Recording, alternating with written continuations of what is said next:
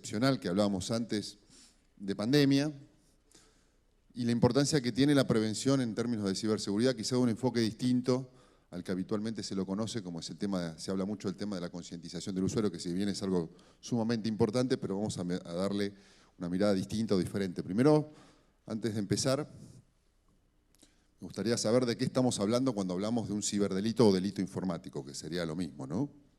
Cuando hablamos de un ciberdelito o delito informático, podríamos decir que es una conducta antijurídica. Una conducta antijurídica es algo que viola un derecho, una libertad de una persona, ¿no?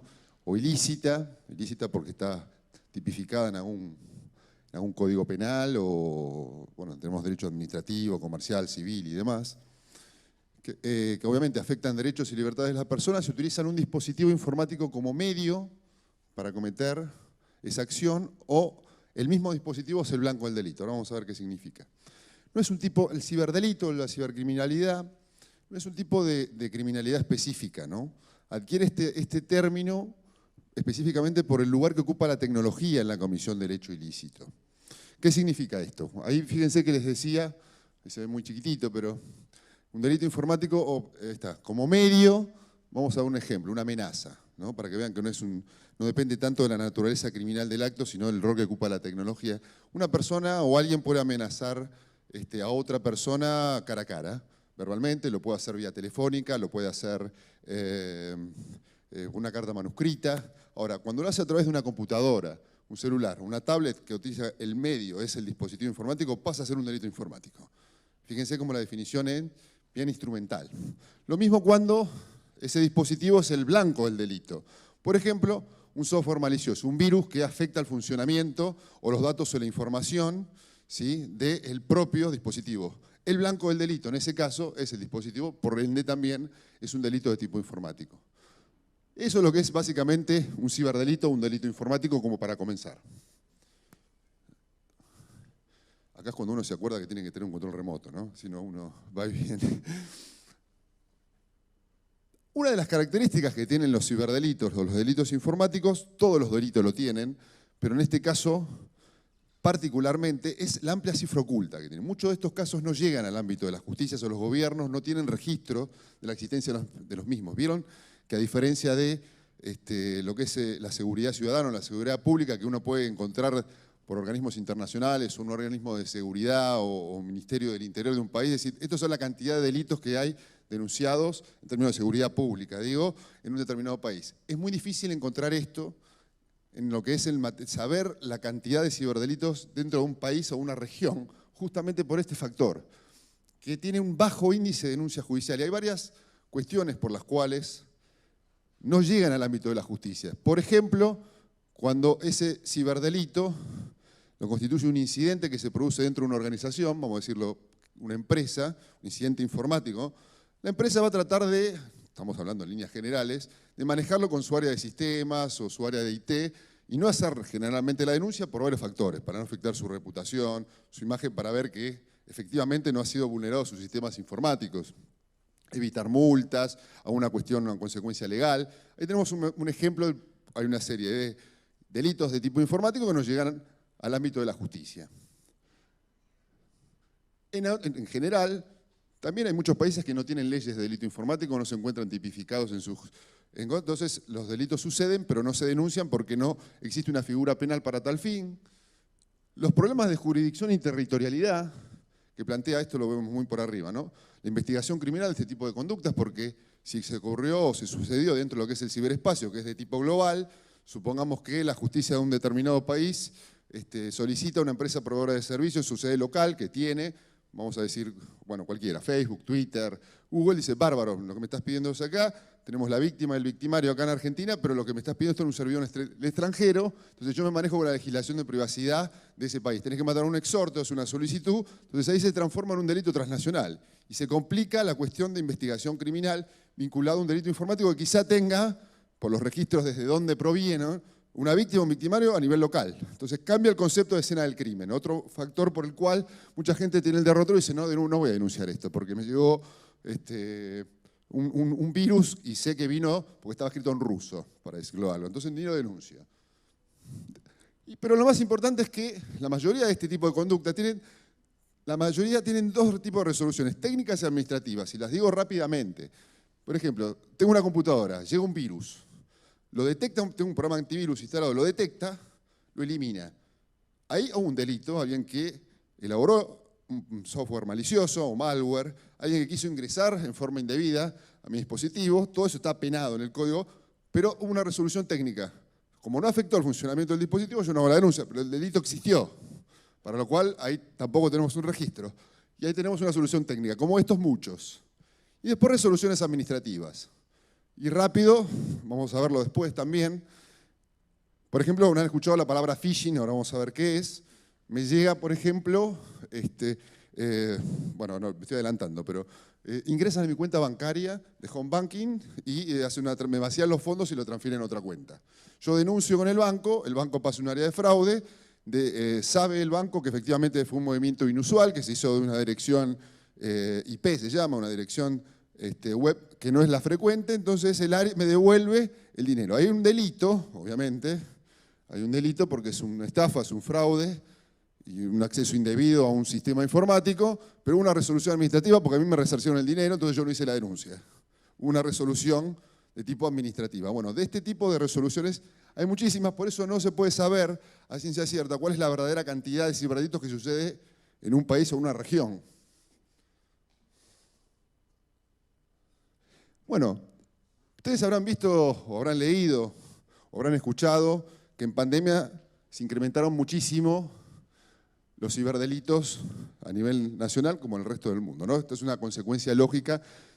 Las cifras hay que tomarlas con pinzas porque puede ser de las denuncias que sí llegan a la justicia, nunca llegó a un 3000%, por lo menos datos que nosotros manejamos, pero sí hubo un incremento de ciberdelitos durante la pandemia por un lógico incremento de uso de las TICs, de tecnologías de la información y la comunicación a partir del teletrabajo, la educación a distancia.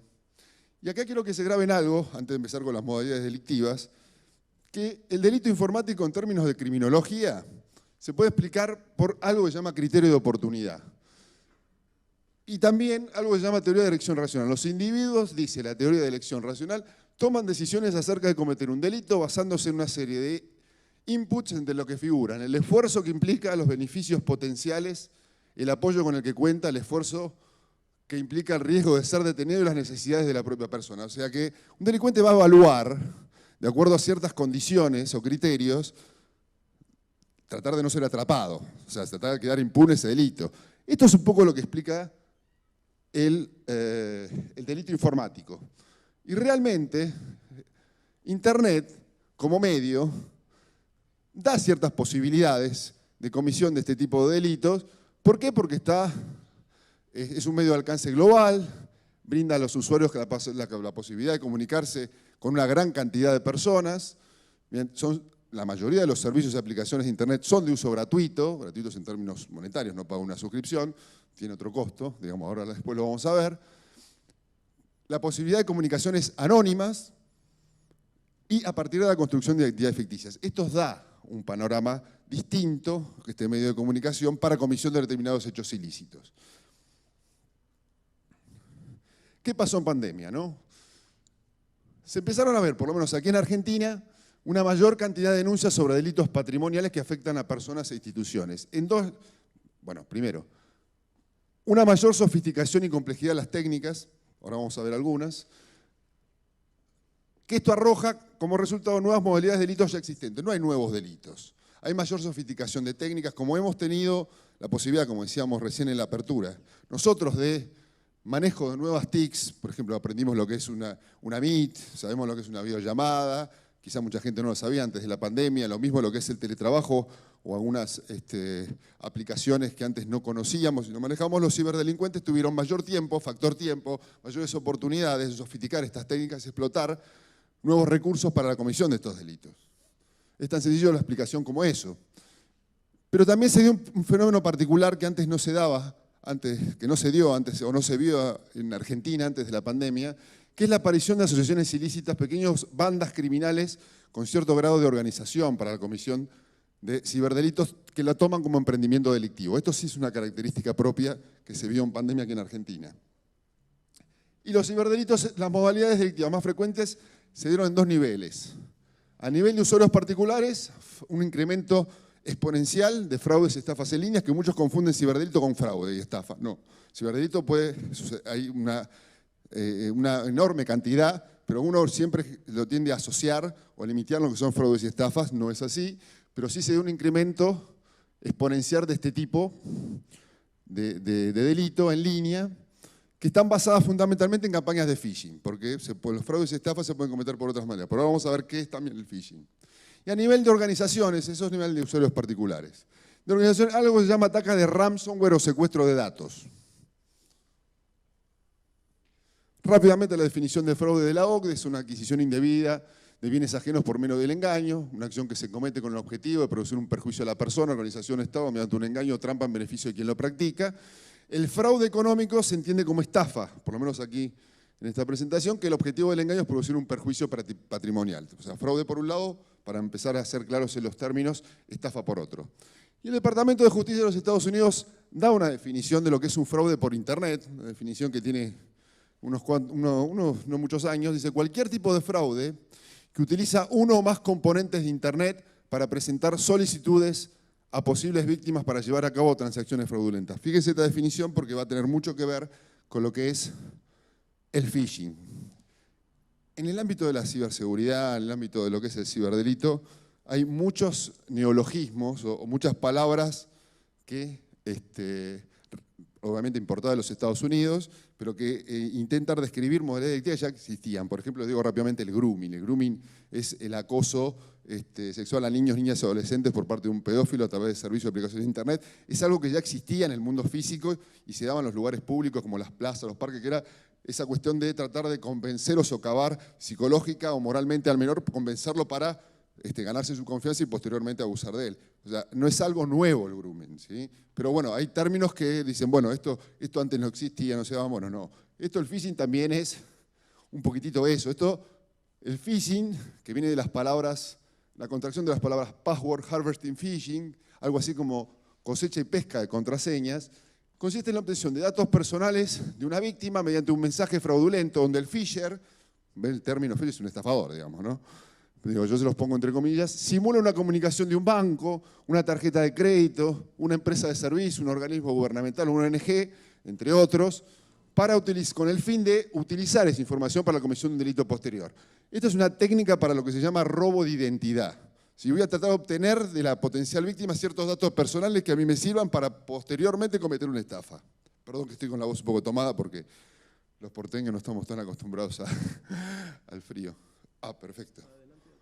Genial, gracias. Ah, esto para. Yo pensé que era para. Perfecto. Ah, genial. Ah, bien, espectacular. Lo que es la tecnología. No. Vamos a ver un video, no sé si hay sonido, ¿no?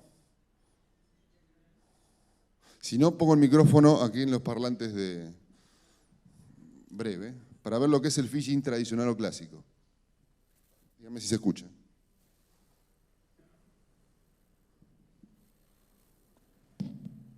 No, ¿no? Un segundito.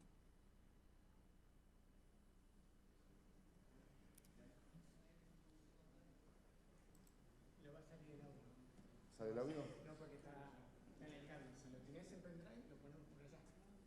Está dentro de la presentación. Ahí cambiamos.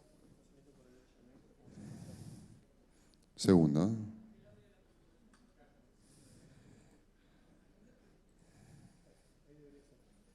A ver.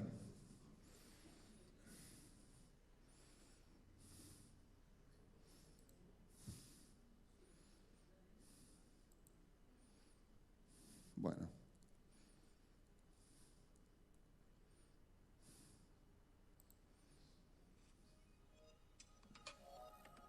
¿Escucha algo? Bueno, igual no hay...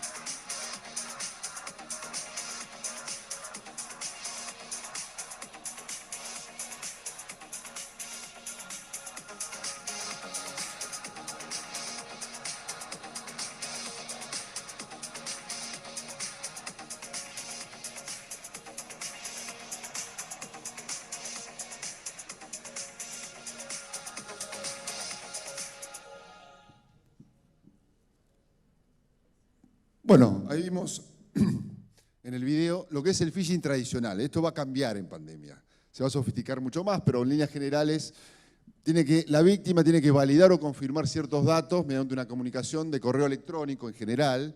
Existe todavía esto, pero digamos se ha sofisticado mucho más, por cuestiones vinculadas a actualización de datos, seguridad de los sistemas, perjuicios legales o patrimoniales, o el aprovechamiento de una oferta o promoción, entre otros motivos, ¿sí?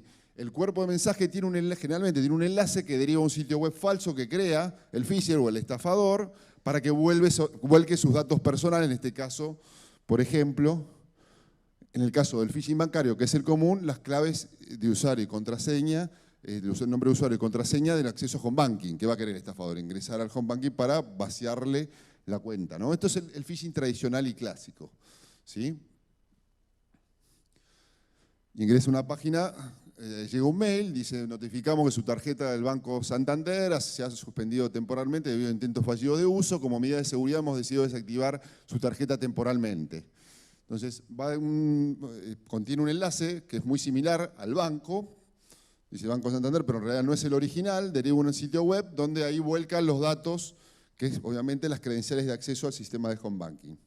Este es el phishing tradicional, quizá ustedes ya hayan recibido algún mail alguna vez de esto. Yo no tengo problema si ustedes quieren levantar la mano y participar, opinar, preguntar, lo hacemos más dinámico, así que no siéntanse con la libertad de hacerlo. ¿Qué pasó a partir del ASPO, ¿no? Lo que se dio a conocer como el ASPO, o el aislamiento social preventivo obligatorio decretado por el gobierno en marzo. Se ha notado un incremento de modalidad fraudulenta a través de cuentas falsas de bancos creadas en redes sociales. Claro, los bancos tuvieron que ampliar sus vías de contacto en la web en la pandemia a partir de esta situación excepcional de cuarentena, como dieron a llamar algunos, en realidad no lo era así, a partir de brindar servicios digitales nuevos. Entonces empezaron a abrir cuentas en redes sociales, Facebook, Instagram y demás. Entonces empezaron a crear perfiles falsos en estas redes sociales, fundamentalmente en Instagram, en menor medida Facebook, que simulaban ser simplemente la cuenta del banco. A diferencia del phishing tradicional, donde se envían comunicaciones generales a partir de un listado de direcciones de mail. El phishing tradicional es: yo tengo una serie de mails, mando, como me hago pasar por un banco, tomo el logo del banco de un sitio web y el que cae, cae. Por eso no sabía quién estaba del otro lado de la pantalla. Simplemente, generalmente, el phisher o el estafador tenía la dirección, un mail list, pero no sabía quién estaba del otro lado de la pantalla. Ese es el phishing convencional. Acá, dicen, bueno, acá tengo algo. Si yo creo un perfil de Facebook o de Instagram de un banco y me empiezan a seguir, yo ya sé que el que me sigue es casi seguro que es un cliente del banco. Entonces ya tenemos un paso menos en términos de saber específicamente tener el objetivo más claro. Entonces fue obviamente más selectivo el fraude en cuanto al universo de víctimas.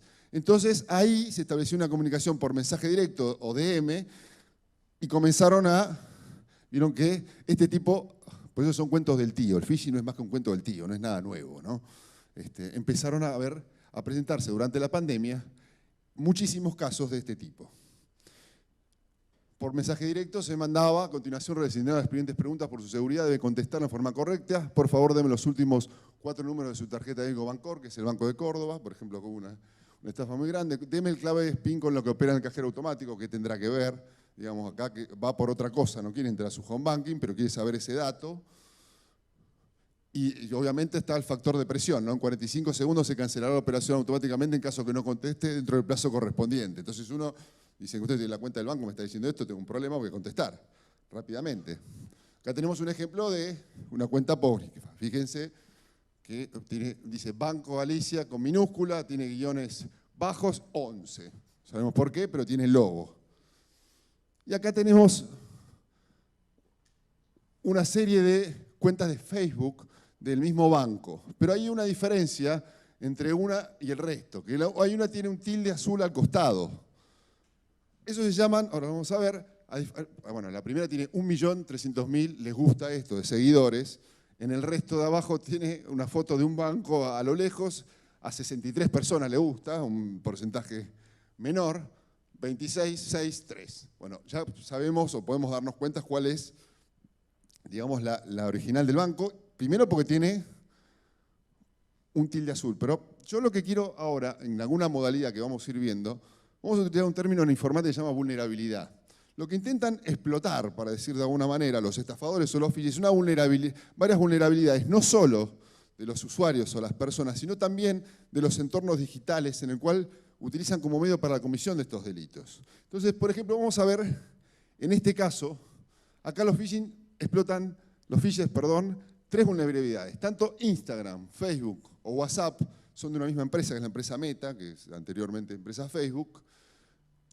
Las cuentas que aparecen con un tilde son cuentas verificadas o certificadas. Es un proceso que tiene que hacer una organización o una persona para que certifique la cuenta. Las mismas acreditan la identidad de la persona o organización que se encuentra detrás de la cuenta. No todos los usuarios conocen esta medida de seguridad. Para lo cual, ¿sí?, tampoco existe impedimento técnico de creación de cuentas duplicadas. Ahí tenemos una vulnerabilidad de base. ¿Por qué yo, como cualquier usuario, puedo crear una cuenta que se llama Banco Galicia y no salta una alerta? Yo lo voy tirando estas pequeñas cuestiones. Y después hay otro factor que sí, desde el lado del usuario tratan de explotar, que es el factor temor, ¿no? Al ver que podía haber afectado su solvencia económica en pleno aislamiento, ¿no? Con alguna medida de presión, un factor de presión como un mensaje que tiraba anteriormente. Pero también se empezó a ver otra cosa. En cuanto a los fraudes y estafas, las solicitudes empezaron a ser más dirigidas, más personalizadas, inclusive con datos previos de la víctima. Ya no están al voleo. El phishing no empezó a ser tan general. Esta modalidad se llama spear phishing, ¿sí? Esto se empezó a ver muchísimo en pandemia. Pero ustedes dicen, ¿de dónde sacan esos datos? Es una gran pregunta esa. Ni siquiera nosotros lo sabemos. Podemos presuponer, digamos, pero ¿de dónde salen esas bases de datos, no?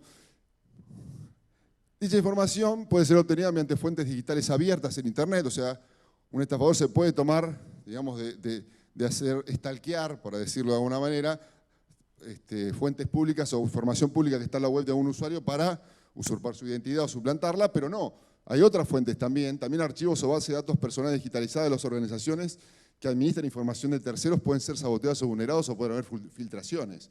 Estamos analizando las posibilidades, ¿no? ¿Cuáles podrían ser esas fuentes? La sustracción de información mediante acceso remoto de ciberdelincuentes es un sistema, habitualmente un hackeo, hackear una base de datos de terceros con datos míos, digamos, no es todo concientización, o sea, el uso responsable que yo pueda hacer de qué tipo de dato personal pueda hacer pública en la web. También puede ser que usurpen o suplanten mi identidad si hackean una base de datos de tercero. Esto también se habla poco, pero hay que analizarlo.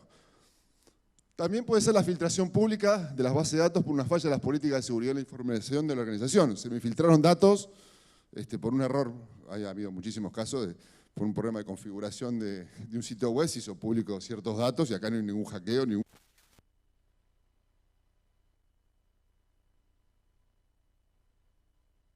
Un rojo, robo de información de la base de datos personales de las organizaciones de lo que se llama en el sector privado empleado infiel. Lo que me ha contado, y que después va a estar exponiendo, el fiscal en ciberdelincuencia del Ministerio Público Fiscal de Nación, Horacio Azzolín, es que se empezó a ver muchos casos de estas asociaciones ilícitas o bandas que tienen cierta solvencia económica porque toman dinero de los fraudes a pagar a empleados de las organizaciones para que les vendan datos que administran. Eso es lo que es el empleado infiel. Esto se empezó a ver en pandemia, antes no existía, ¿sí? Y todo esto después, esta compra de adquisición de base de datos, se pone en algo que se llama la dark web. Ahora vamos a ver qué es, vamos a verlo lo último. ¿Cómo venimos en el tiempo? ¿Venimos bien? Bien. ¿Qué es primero vamos a ver qué es la deep web o internet profunda. ¿Algunos de ustedes saben qué es? Yo para saber más o menos, ¿no? Sí, algunos me dicen que sí, otros no. Son redes descentralizadas que alojan sitios web no públicos, o sea, no se encuentran, si uno los googlea no los va a encontrar, para mantenerlos inaccesibles en los buscadores, ¿no? Se requiere un navegador específico, se llama navegador Tor, no vamos a entrar en cuestiones técnicas. El objetivo es mantener la privacidad de las comunicaciones sin anonimato de los usuarios. No necesariamente son de usos ilícitos, ¿sí? Funcionan algo que se llama cadena de bloques, blockchain. Son varios servidores a su vez que validan información. No es un servidor que uno accede a una página web, tipea la dirección, accede al servidor, la página web me responde gracias por el acceso y uno accede. No, esto es distinto. Se basa en el redentor, vienen de Onion Router, el router cebolla, por las capas de seguridad, donde se enruta el tráfico a través del servidor y se cifra. Esta es la parte más técnica de la exposición. O sea, se cifra, tiene que ver, se encripta y pasa por varios servidores que validan esa información. Se dice, por eso hay algo que lo van a ver, creo que una exposición de la blockchain federal o algo similar. Más o menos funciona así, ¿no? Un usuario solicita una transacción, cualquier cosa, se crea un bloque que representa la transacción, el bloque se difunde en los nodos de la red, los diferentes servidores, todos los nodos validan el bloque, y el bloque se añade a la cadena, listo, esto es válido. Acá funcionan las criptomonedas así, a través de este tipo de sistema o mecanismo. Son redes descentralizadas, no es una red cliente-servidor, está el servidor y está el cliente y funciona. Por eso se dice que es más seguro. Seguro se lo llevaron preso, dice mi abuela, también se aplica para el ámbito de la ciberseguridad. Pero también esto se usa mucho uso periodístico, hay una investigación que se llama los Panama Papers de hace unos años, no sé si se acuerdan, era un consorcio de periodistas internacionales que investigaban presidentes y funcionarios de diferentes gobiernos que tenían cuentas en paraísos fiscales. Bueno, usaron las redes Tor, ¿sí? A la Deep Web para intercambiar esa información y no los servicios y aplicaciones digitales porque había mucho interés, digamos, intereses en juego. Los que se utilizan para fines ilícitos se los denomina Dark Web o Internet oscura. Simplemente para que lo sepan, más o menos sería algo así. Acá hay un pequeño error, acá dentro de lo que es la Deep Web dice que es el 90% de Internet, no porque acá están incluyendo todas las redes, las organizaciones que obviamente no son públicas, no entraré de una empresa, por ejemplo, obviamente. No, para utilizar la Deep Web tiene que ser un navegador especial Tor y demás, la Dark Web y el resto sería la Internet, la web superficial, más o menos para que tengan una idea. Y ahí empezamos a ver otras modalidades de fraude, ¿no?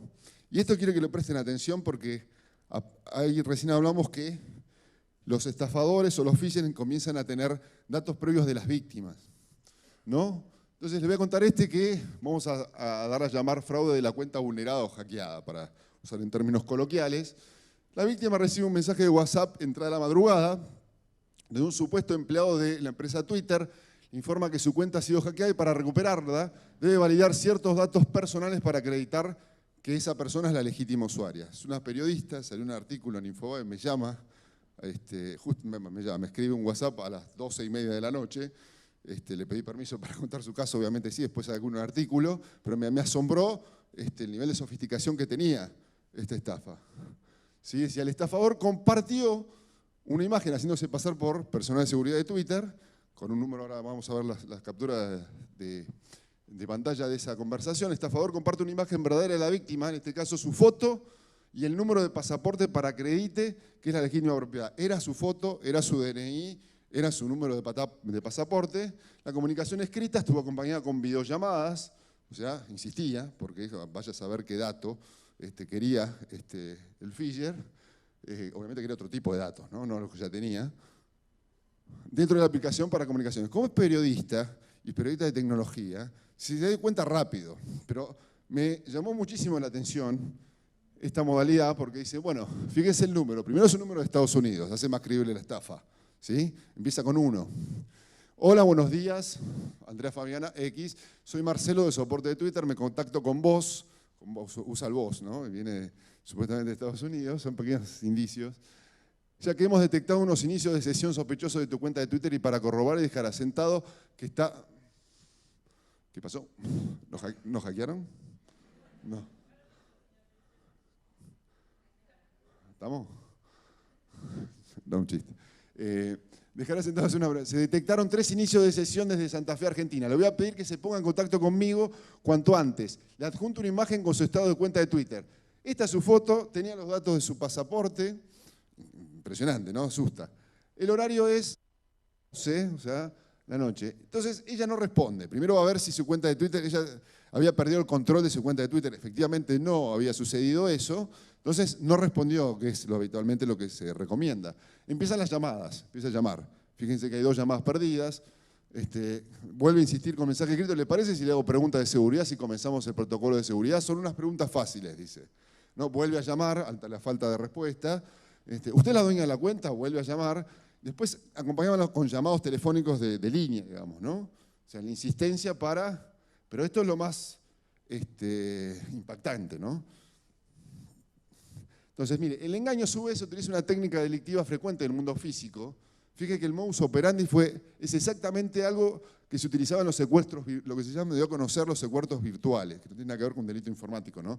Que es una comunicación durante la madrugada. Los secuestros virtuales se producen mediante la vía de contacto telefónico con un supuesto secuestrador, donde un llamado alerta a un familiar del secuestro de el hijo o lo que fuese y simulan gritos, en lugar de pago de rescate para su pronta liberación, generalmente cerca del domicilio. La lógica es la misma, llamo a la madrugada, uno no está con los sentidos al 100%, entonces lo encuentras descolocado, te hackearon Twitter, ¿no? Fíjense cómo van haciendo un híbrido, obviamente con estos datos previos que no sabemos de dónde salió. Durante la pandemia, los phishers no solo aprovecharon las oportunidades generadas por las empresas proveedoras, vimos una, ¿sí? No todo el mundo sabía, digamos que es una cuenta certificada en el caso de la duplicación de cuentas de los bancos, ni tampoco que uno puede duplicar una cuenta de un banco sin ningún inconveniente.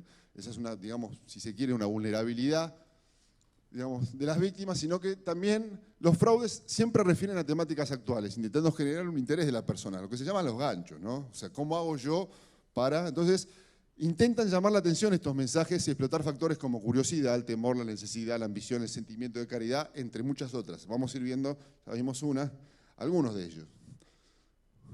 ¿Qué pasó acá en esto? Acá el phishing 3 vulnerabilidades va a tratar de explotar. Primero, el servicio de alerta que utilizan algunas empresas proveedoras de servicio de Internet cuando se detecta un acceso inusual a una cuenta a través de un mensaje. No sé si alguno de ustedes tiene algún servicio de streaming como Netflix y demás que dicen, o otro, un servicio de mail, hubo un acceso desde tal dirección que no es la habitual y se llega un mail y alerta a uno que es el titular. Bueno, acá intenta explotar negativamente un phishing ese factor, ¿no? En que vimos la comunicación con la periodista. Apela a la confusión de la víctima al establecer la comunicación a altas horas de la noche, donde habitualmente se encuentra cansada física y mentalmente o dormida, ¿no? Y se vale del factor miedo ante la posibilidad de que el usuario pierda el manejo de su cuenta, su contacto y pueda ser utilizada para fines ilícitos. Siempre el estafador del phishing explota alguna vulnerabilidad. Usamos esa palabra porque es en términos informáticos. Vamos a ver un video si es que llegamos. Miren este fraude. Me llaman del gobierno de la ciudad por WhatsApp con el loguito de todo. Igual que cuando me empadroné para vacunarme, todo. Me dicen, ¿usted tiene la primera dosis? Sí, le digo. Bueno, me dice, lo estamos reempadronando para la segunda dosis. Me dice, yo ahora le voy a enviar un código, dígamelo y ya le damos día y hora de vacunación. Me mandaron un código, yo no miré, pero era un código de WhatsApp.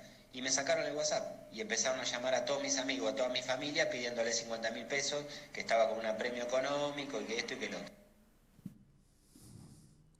Bueno, ¿qué pasó acá? Esto se dio a partir del 2021, vamos a llamarlo fraude de turno de vacunación. Acá el estafador cuenta con el número de celular, nombre, apellido y documento de la potencial víctima, establece una comunicación por WhatsApp, se hacía pasar los primeros tipos de fraude, mediados del año pasado, por personal de salud del gobierno de la Ciudad Autónoma de Buenos Aires, y dice que le vamos a confirmar la segunda dosis de vacunación, la fecha, el día, la hora, el lugar, pero antes de eso le tiene que, para confirmar ese turno, ¿sí? Tiene que darle un código de 6 dígitos que le va a llegar como mensaje de texto, un SMS, ¿no? Que es lo que contaba ahí la víctima. Acá, 3 vulnerabilidades explotadas por el phishing. Primero, el gobierno de la Ciudad de Buenos Aires, a diferencia de, vieron que nosotros los porteños, yo no me incluyo, pero bueno, vamos a ponernos, somos bastante porteños centristas, entonces creemos que solamente es Capital Federal, Provincia de Buenos Aires y el resto del país no existe. Pero digo, Provincia de Buenos Aires y Gobierno Nacional tienen una aplicación oficial. El gobierno de la Ciudad de Buenos Aires no la tenía y tampoco la tiene, entonces ahí el estafador dijo, bueno, si se notifican por WhatsApp vamos a utilizarlo negativamente para cometer un fraude. Ahí tenemos una vulnerabilidad explotada por el estafador. Y se vale de algo que se llama factor de doble autenticación, ¿sí? Que también poca gente sabe que existe. Es una medida de seguridad que brindan algunas empresas proveedoras de servicio de Internet cada vez que un usuario inicia una nueva sesión en un dispositivo que no es habitual para acreditar identidad. ¿Qué pasa? Yo me compro un celular nuevo, bajo la aplicación de WhatsApp para instalarlo en el celular nuevo, pongo el número de celular, porque no es que una sincronización con el chip del número, se hace manualmente. Entonces ingreso el número nuevo y va a llegar un mensaje de texto a mí, ¿sí? Que yo, a ese número puntualmente, de 6 dígitos para que yo confirme que efectivamente soy el legítimo titular de esa cuenta de WhatsApp. Entonces, para iniciar sesión en otro dispositivo, necesito ese código numérico de 6 dígitos. Se llama un factor de doble autenticación, una autenticación de 2 pasos. Esto es lo que explotó el estafador. Fíjense que el nivel de sofisticación que empiezan a utilizar. Entonces, y acá también hay otro factor que explota, ya desde el punto de vista de la víctima, que es el de la necesidad. La cuestión vinculada a aumentar las defensas de salud ante la posibilidad de contagio de una enfermedad en el marco de una pandemia, ¿no? Entonces, desesperado, uno quería la segunda dosis y se hicieron de muchísimas cuentas de WhatsApp. Esto es el código que llega, ¿sí? Por ejemplo, es 820-677. Si uno puede intentarlo, va a iniciar una sesión de WhatsApp en otro dispositivo. Van a ver que le va a llegar algo así o en el siguiente enlace. Lo que quería el estafador es ese código dígitos, ¿para qué? Para iniciar la sesión de WhatsApp con el número de la víctima, que es un primer paso. Ese es el robo de identidad. Para posteriormente usurpar su identidad, suplantar su identidad, hacerte pasar por él para cometer la estafa posterior. ¿Que cuál era? Generalmente, y se da en un montón de, acá lo que varía son los ganchos, pero se dan un montón de casos, se les sincronizan los contactos de la víctima cuando una vez inicia sesión en el dispositivo que maneja el estafador, empieza a pedir una ayuda económica por un problema y le pasa una cuenta bancaria. O, en su defecto, vendo dólares baratos, hay una restricción, un cupo mensual, obviamente, generalmente por encima de ese umbral, y un valor medio de mercado. Esas son las 2 modalidades que se dieron y demás. Ojo, también este fraude se dio sin necesidad de hackear o hacerse de la cuenta de la víctima. Y ahora vamos a ver un caso que le pasó a Roberto Labaña. Ahí tenemos un Twitter de Roberto Labaña. En épocas de estafas bancarias y phishing también hay estafas mediante WhatsApp. Acá tomaron la foto de Roberto Labaña. Dice, este es mi número de teléfono nuevo. Un teléfono nuevo, acá no lo hackearon en WhatsApp. Lo que se hicieron fueron de la libreta de direcciones de Gmail. Gmail está sincronizado con los contactos de Gmail, los que tienen teléfonos Android es de Google, entonces se sincronizan los contactos se hicieron del acceso de los contactos de Roberto Labaña, no de su WhatsApp. Entonces, simulando un número nuevo, empezó a comunicarse con su contacto y vender dólares baratos. ¿Sí? Ahí tenemos otra modalidad, digamos, pero el fin es el mismo. Y después empezaron a ver, digamos, fraudes de compraventa en productos en redes sociales, muchísimo en pandemia. ¿Por qué? Obviamente se incrementó mucho la venta online de productos en redes sociales. La empresa, por ejemplo, Meta, o sea, Facebook, creó un espacio especial que se llama Facebook Marketplace. No es una tienda en línea, es un espacio para que todos los que quieran comprar y vender lo hagan a partir de esos perfiles, ¿sí? Y en este caso solo brinda el espacio, como decíamos, no cobra comisiones ni seguros, no es Mercado Libre o cualquier otra tienda en línea. Simplemente digo, lo que quieren comprar y vender, háganlo acá para que no se confundan con el resto de las publicaciones. En este sentido se incrementaron las estafas, pero sobre todo en Instagram. Instagram no tiene esta diferenciación que tiene Facebook. Los estafadores empiezan a ofrecer en Instagram muchísimas supuestas tiendas a bajo precio de mercado, libre de impuestos en caso de productos importados por tratarse de una zona franca. Ofrecen garantías, muestran imágenes ficticias de clientes satisfechos a comentarios positivos de las transacciones, arman todo el negocio. Siempre los pagos deben ser en efectivo o transferencia bancaria. La estafa consiste en comprar un producto para después, obviamente, no recibirlo. Y acá hay unos ejemplos, ¿no? Tenemos, gracias por comunicarse con UnoGamer, importamos productos de Estados Unidos, lleno de este tipo de estafas, lleno de este tipo de perfiles en Instagram. En pandemia se incrementó muchísimo, nos encontramos en Puerto Misiones, una franja libre de impuestos, clientes satisfechos, muestran productos. Digamos, ahí el usuario se llama UnoGamer, ¿no? Fíjense que es el mismo usuario, pero ya ahí cambió el nombre, se llama Paseo Games. Digamos, ¿no? Pequeños detalles. Esto se vio muchísimo. Obviamente son fotos tomadas de la web, públicas. Y ustedes se van a preguntar y dicen, en esta estafa y también que ingresan a los sistemas de home banking, dicen, pero ¿cómo? Si yo ingresan a mi home banking, hace una transferencia a una cuenta bancaria y tiene que haber un registro a nombre de alguien, esa cuenta tiene que estar a nombre de alguien. Digamos, ¿no? ¿Cómo es? Entonces, ¿se puede llegar? ¿Qué es del estafador esa cuenta? Digamos, un poco difícil que sea así, ¿no? ¿Cómo hacen? ¿Cómo hacen? Ahí decían dinero en efectivo o transferencia bancaria. Esa cuenta tiene que estar a nombre de alguien. Ahí, si hay una denuncia judicial, está la investigación, ahí ya se puede tener un indicio más que importante. Bueno, acá se utilizan algo que se llaman las mulas digitales, ¿sí? Que son intermediarios en la operatoria ilícita. A veces conscientes de serlo, que participan dentro de esa asociación ilícita y a veces no. Y miren qué interesante esto. Desde hace algunos años surgieron dentro del sistema financiero los bancos digitales. Los bancos digitales están dentro de lo que se llama la fintech, que viene de las palabras otro neologismo, Financial Technology, o tecnologías digitales aplicadas a las finanzas. Son instituciones bancarias 100% digitales. Hay unos 4 o 5 aquí en Argentina. También se las llama billeteras electrónicas.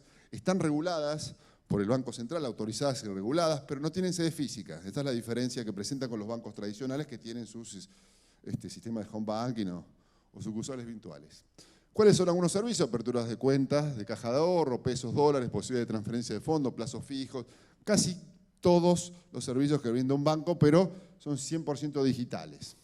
A diferencia de los bancos, para la apertura de cuenta el titular no necesita concurrir físicamente a una sucursal, como habitualmente uno hace cuando abre la cuenta, porque no tiene cuenta. Entonces, porque el proceso es 100% online. Y ahí viene unas posibilidades nuevas para algunos ciberdelincuentes y esos mecanismos de acreditación de identidad son endebles. Los mecanismos de acreditación de identidad de los bancos pasan por el uso de programas de inteligencia artificial donde se elige al interesado, se exige al interesado enviar fotos de su rostro en diferentes posiciones, filmar algunos videos, para luego lo cotejan con estos programas de inteligencia con la base de datos del RENAPEL, el Registro Nacional de las Personas. Asimismo, algunos de estos bancos permiten la apertura de varias cuentas. Como es un proceso casi automatizado, no hay un control, digamos, de la cantidad de cuentas, porque no ha habido desmantelamiento de bandas de fraudes donde una mula digital tenía 7 cuentas. Entonces ahí tendría que saltar una alerta. No me quiero meter mucho en ese tema, digamos, por temas de tiempo, no más que nada por eso. Entonces, algunas de estas asociaciones, como recién decíamos antes, empiezan a tratar de sobornar a miembros de organizaciones para que le brinden bases de datos para cometer sus estafas. También ofrecen a personas ser intermediarias en operatorias ilícitas, los fraudes a cambio de porcentaje de dinero. Tiene que abrir una cuenta, retirar el dinero y se lo da a un miembro de la organización, esta asociación ilícita, a modo de cadete, ¿sí? En este caso, la persona pasa a ser parte de la operatoria como mula digital. Esto también se empezó a ver en pandemia.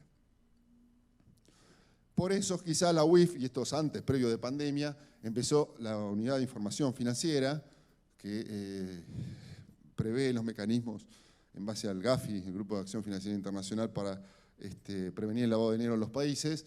Para evitar el lavado de dinero, las empresas de las cuentas de deben informar los movimientos a sus clientes. Y esto post-pandemia y muy reciente, el Banco Central reforzó las medidas para mejorar la seguridad de las billeteras en cuanto a la acreditación de identidad.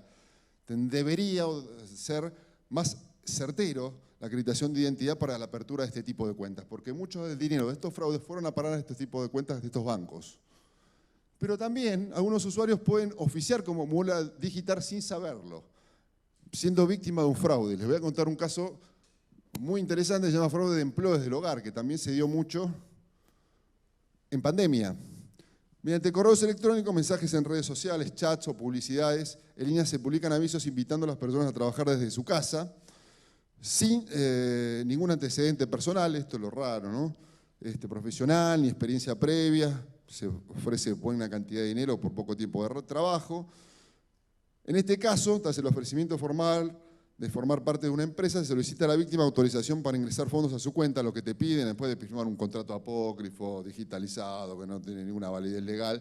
Dice, mira, como primera tarea, por favor, te voy a hacer un depósito en tu cuenta bancaria, dáselo al responsable de la filial local de la firma. ¿Sí? Previamente un circo importante en cuanto a esto, ¿no? Una vez realizado el depósito, se le tira al empleado entregar el dinero al corresponsal de la firma. El operador lo que está haciendo es lavar dinero sin saberlo.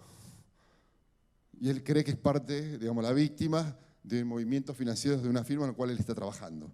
Y está operando como mula. El último registro formal en la investigación criminal, si llegan a denuncias judiciales por temas de fraude, ¿dónde va a parar el dinero? Es la cuenta bancaria de esta víctima y va a tener que acreditar que no sabía que efectivamente era dinero lavado o blanqueado ilícitamente proveniente de los fraudes.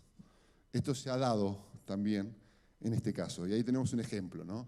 Un ejemplo en general, trabajar en Internet llenando encuestas, existen muchas compañías de Estados Unidos, obviamente es todo un engaño, y detrás de ello viene otras cuestiones.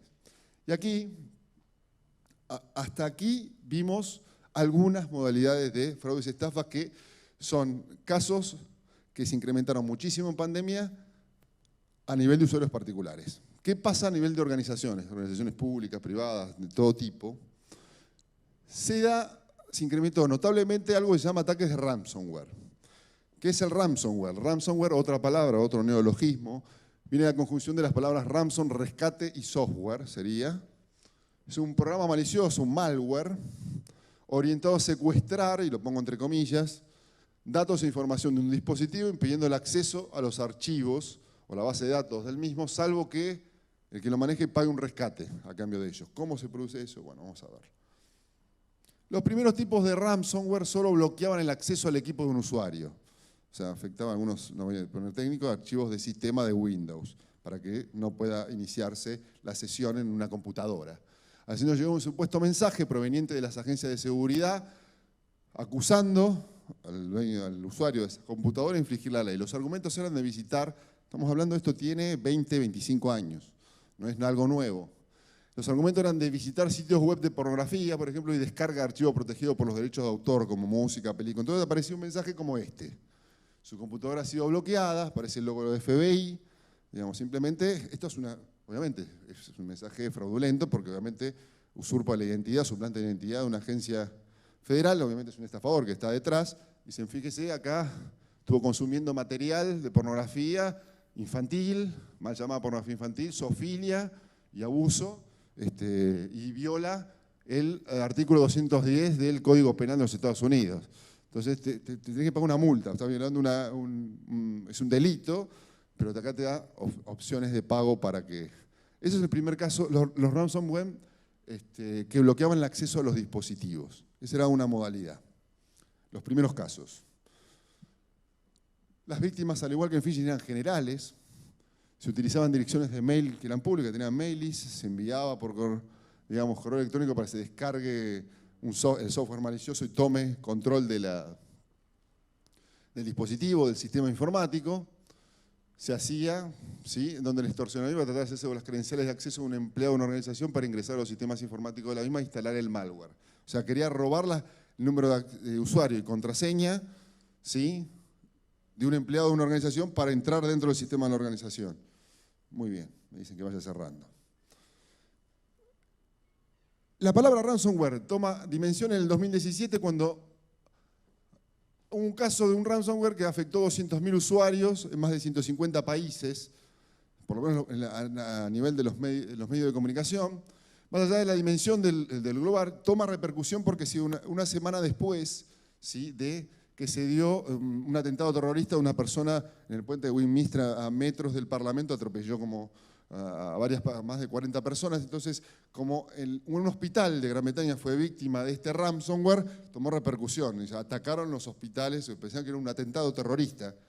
Sin quererlo, la gente empezó a entender de alguna manera qué era la palabra ransomware y qué significaba, ¿no? Pero acá es distinto. Los ransomware acá empiezan a encriptar las bases de datos. Encriptar es codificarlas, cambiarles el formato, impedir el acceso. Ya no es el acceso al dispositivo, como vimos anteriormente. Entonces, le pagan los extorsionadores, piden, generalmente en criptomonedas, Bitcoin, para que una organización pueda liberar sus bases de datos, pagar cierta cantidad de dinero. Por eso decimos ransom de la palabra software rescate. Desde poco antes de la pandemia, los atacantes comenzaron a emplear una nueva modalidad. Una vez vulnerada la red corporativa, una vez dentro del sistema que instala, encripta los archivos, antes de plantar el software malicioso, hacían una copia de esa base de datos.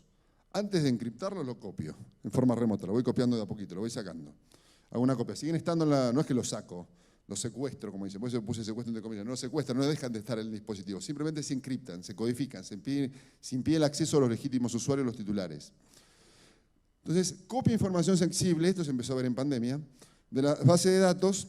Una vez que finaliza la copia, cifra la información y pide doble rescate. Primero por descifrar, valga la redundancia, liberar los archivos de ese cifrado. Y segundo, digo, si no me pagás, una doble extorsión, yo hago pública información sensible de tu organización en la dark web. Empieza una doble extorsión. Esto se empezó a ver en pandemia, también de este tipo de modalidad delictiva. ejemplo, ¿no? Un mensaje. ¿Cómo desencriptar? Te viene un mensaje, un archivito de texto y demás. Vamos a pasar rápido porque me dicen que estoy sobre el tema.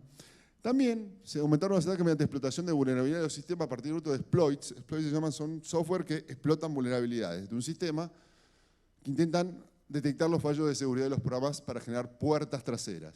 Comenzaron los ataques de fuerza bruta a los empleados de las organizaciones. Claro, con el teletrabajo, la red corporativa de una organización se expandió fuera de los edificios formales de la organización. Fue a los domicilios. ¿Por qué?